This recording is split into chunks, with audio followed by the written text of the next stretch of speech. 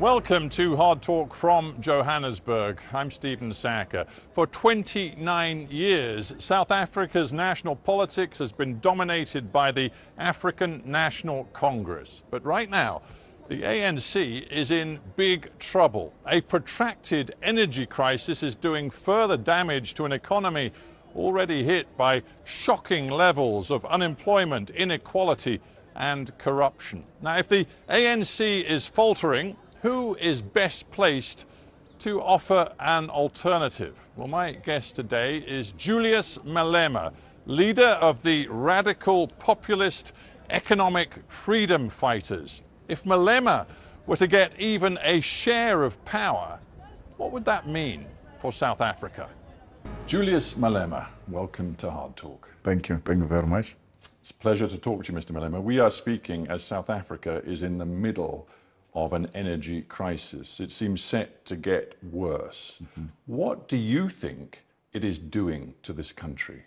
Well, its aim is to collapse this country and undermine the democratic project because those in power have relegated their responsibilities to who we don't know. They've not maintained the power stations. They've not built the new ones that are functional, and as a result, we are where we are. The interim CEO of Eskom, the state-owned energy company, said yesterday that over the coming months of winter, they might get to a stage 8 situation, which means there could be power cuts for pretty much 12 or more hours per day. But you have gone further. You have said that you think the grid will collapse. In fact, you said South Africa is going to be plunged into darkness within 2 weeks. Why are you exaggerating? I'm not exaggerating. I said this before they told you there was a stage 8 coming. The stage 8 is to prepare you that the worst are coming. And I'm telling you the truth as is. What is it that can avoid the collapse of the grid, which they've done in between? Which station have they built that is functional to its expectation? Which station have they maintained? Have they said, this one, we're closing it down, we're going to engage in major maintenance of this station? Nothing major has been done. But your statements could spread panic. Is that what you want? No, I'm not spreading panic. I'm telling the truth. Stage 8, they are just being polite. We're going to go, and you are talking hours, we're going to go days without electricity. It's a reality that we need to deal with, even after announcing stage 8. The manner they did. Which ANC politician have you seen panicking? Which president have you seen calling the nation into confidence about what is really happening? We hear from officials as if we don't have elected leadership of this country. On March 20th, you declared a national shutdown. You tried to shut down the entire economy in the midst of this power crisis. Is that responsible? That is the most responsible thing to do. Do you want me to fold my hands? Do you want me to not do anything? What will history say about me? I'm going to be asked a question, not by you, by the future generation, as to what have you done when South Africa was in a crisis. The most logical thing to do is for the president to resign. Was it in Britain where we saw prime ministers in a short space of time resigning one after another because they realized they were not about to carry the national agenda? The president is not carrying the national agenda. We need a government of national unity constituted by all of us who are not driven by political party interest, but the interest of South Africa to resolve this immediate crisis, which will affect all aspects of our lives. National unity, you say. You also said at the time of the national shutdown, this shutdown is the beginning of a revolution. No one can stop it. No army can stop it. No police can stop it. Some of your members put out videos threatening to beat up teachers and police if they went to work. One even threatened to beat up pupils if they went to school. And you talk to me about national unity? But that video of a person who was threatening to beat up pupils if they go to school is an old video. I think Hard Talk should have done its research to now realize that video has been resurfaced to support a certain narrative. There's no such a thing. I'm telling you, there's going to be a revolution. Let the grid collapse and let's see what's going to happen. Let the grid collapse. I'm saying to you. How do you think South Africans are going to feel hearing you say that? People who are losing their jobs, people who have no income, and you just say... You are misinterpreting me. I'm saying to you, let the grid collapse as it is going to happen and see what's going to happen in this country. I'm not wishing it. I'm saying it's going to happen. And you will see what's going to happen. Do you think that once the grid collapses, people are going to exchange roses with government? People are going to rise. And when they rise, there will not be any leader who will be leading them. There will be leaderless, there will be anarchy, there will be looting all over this country because nothing will be working. So if you think that I was bluffing on the 20th of March, I was just saying to this government and the people of South Africa, something ought to be done to avoid what is possibly coming, which is going to be a leaderless revolution. That's very powerful rhetoric, but the truth is, on 20th of March, according to employers, 70% of workers across the country went to work. One political commentator said that actually the failure of the national shutdown was a, quote, humiliation for Malema. From where we're sitting, the shutdown was successful.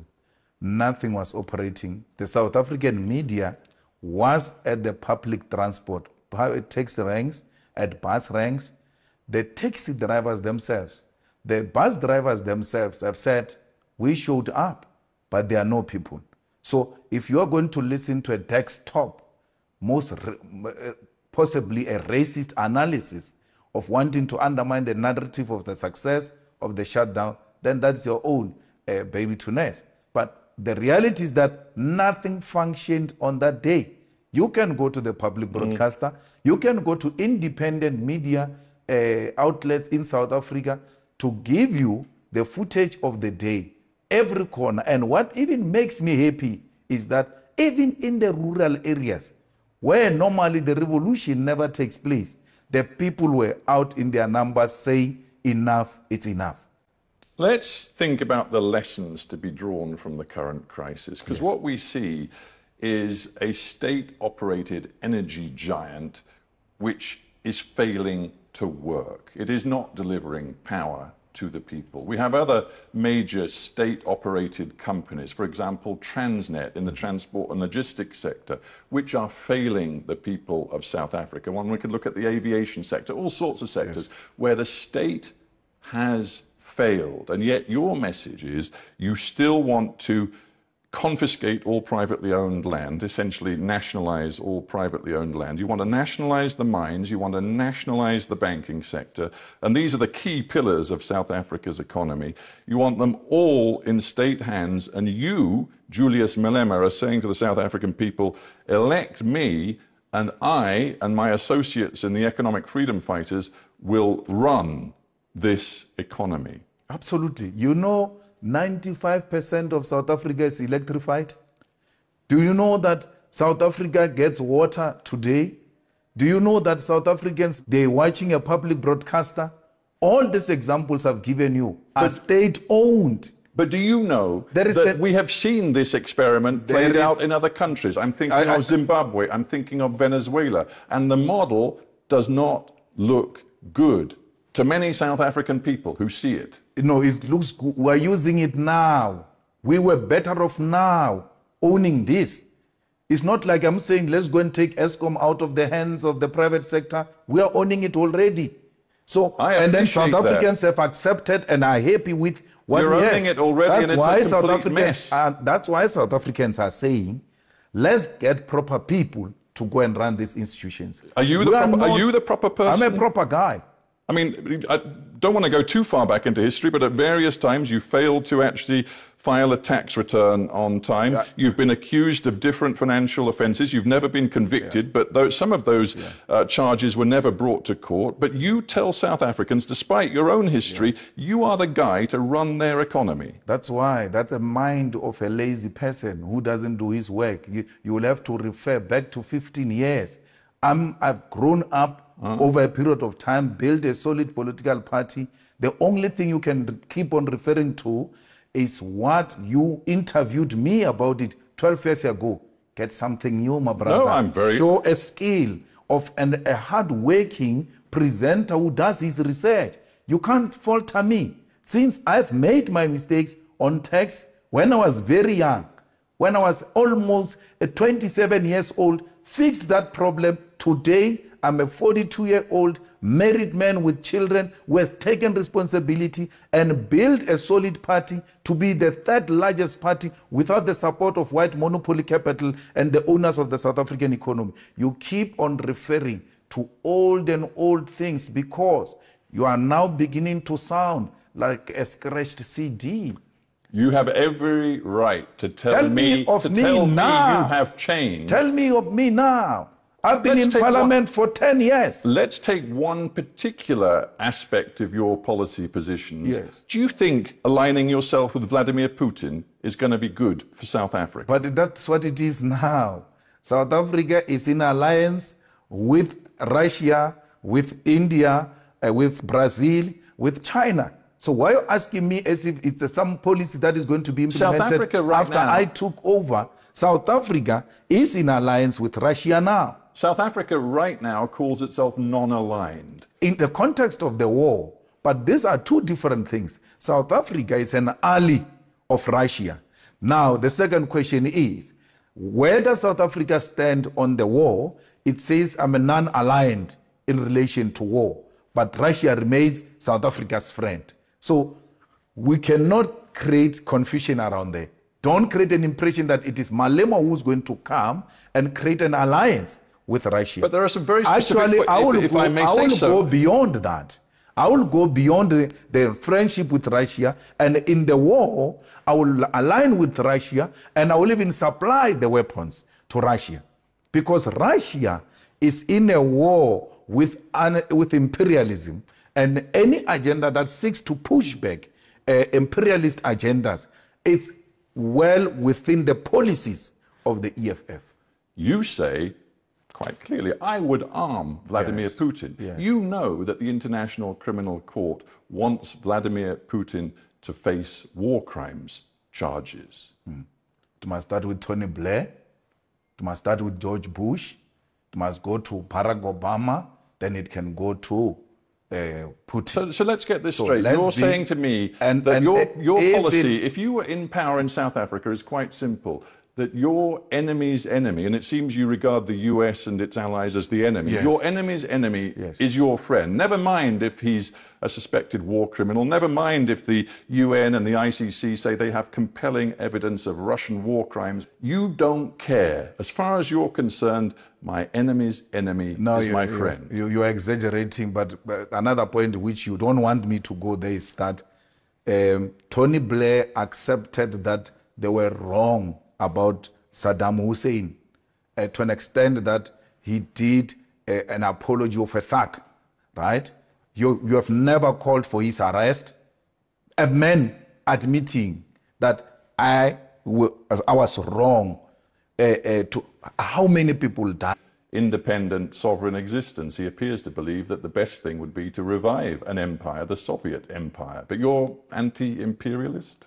We are anti-imperialist. That's a debate for another day. The war is not what he's talking. The war is about the expansion.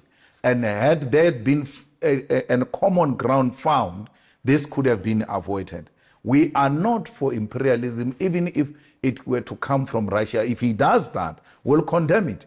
But we know for a fact that progressive forces such as China have also aligned themselves with Putin to try and create an alternative from the imperialist domination of the world. And that's what the EFF is about. You admire China, you admire, it seems, Putin. What you seem to have as a vision for South Africa's future is much more along those lines, authoritarianism than democracy. No, socialism is not authoritarianism. So how can you describe China as progressive? No, it's very progressive. China subscribed to Leninism and Marxism, where the working class controlled the commanding heights of the economy. And that's what we subscribe for. We are of the means of production being owned and controlled by the states. We want South Africa through the vision and the image of China, where you grow the economy, where you reduce unemployment, where you reduce poverty, and you can't take that away from China. And the state plays the central role with regard to that. That kind of message and the messaging on Russia has seen the rand plunge against the US dollar. Hang on, we see many corporations in South Africa looking at establishing headquarters elsewhere. We see foreign direct investment flatlining in this country. Do you believe that the rhetoric you are using is good for the South African economy? I've been doing this from when you interviewed me 15 years ago when I was young. And therefore you can't say the rand to dollar crisis today is created by this message that I've been spreading for so many years, from my early ages. And then this No, but what I'm suggesting is that the new tensions between Washington and the government in South Africa have definitely affected the financial markets. No, it was the crisis as we see it today, as we have this conversation, me and you. It was worsened by the irresponsible utterances by the ambassador of the USA, who just recklessly, without following the diplomatic protocols, went out to make certain allegations about our country, damaging its good image, and then undermining its sovereignty in terms of choosing who its friends are. And today we see the rand being weak because of such utterances. Why would the rand be weakened by a political posture that says this is what we want to be when we take over government? We want a government that will be owned by the corrupt free. I admire China when it comes to how it deals with crime. I admire China when it comes to how it deals with infrastructural development. I admire China on how it has dealt with poverty and unemployment. How would that weaken the rand? Is that not what the investors want for all of us? The most likely way that you can get a grip on some power in this country is by forming a coalition with the ANC after the next election. You could have a role if you were to do a deal with the ANC. Are you ready to do it? The reality is that the EFF is the only organization that is growing, and that the DA and the ANC, the DA, which is the official opposition, ANC, which is the ruling party, are both significantly declining to a point where the DA called us the enemy number one. Why did they do so? Their own internal research tells them that the EFF has overtaken you. That's how much our policy position has attracted the people of South Africa. We are not going into coalition for positions. We are going to say anyone who wants to work with us, and we've said this before, and that's why we're not working with anyone in the local governments. If you want to work with us, you are going to expropriate land without compensation. You are going to nationalize the mines. You are going to establish a state-owned bank.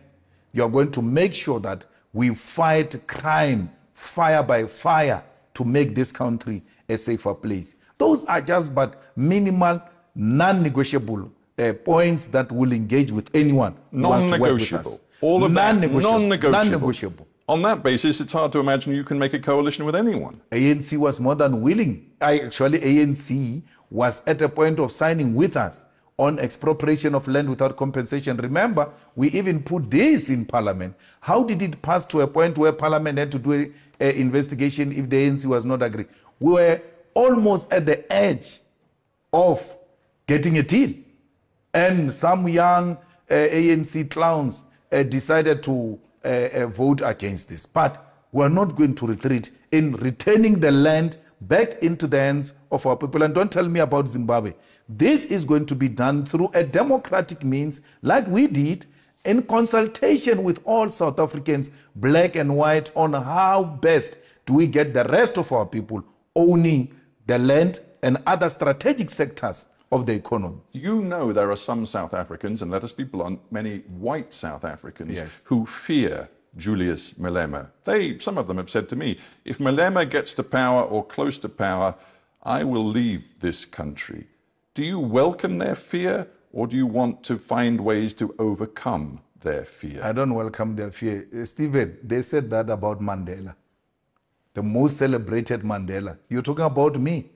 They said if Mandela, a prisoner, becomes the president, who will live in this country, and they left.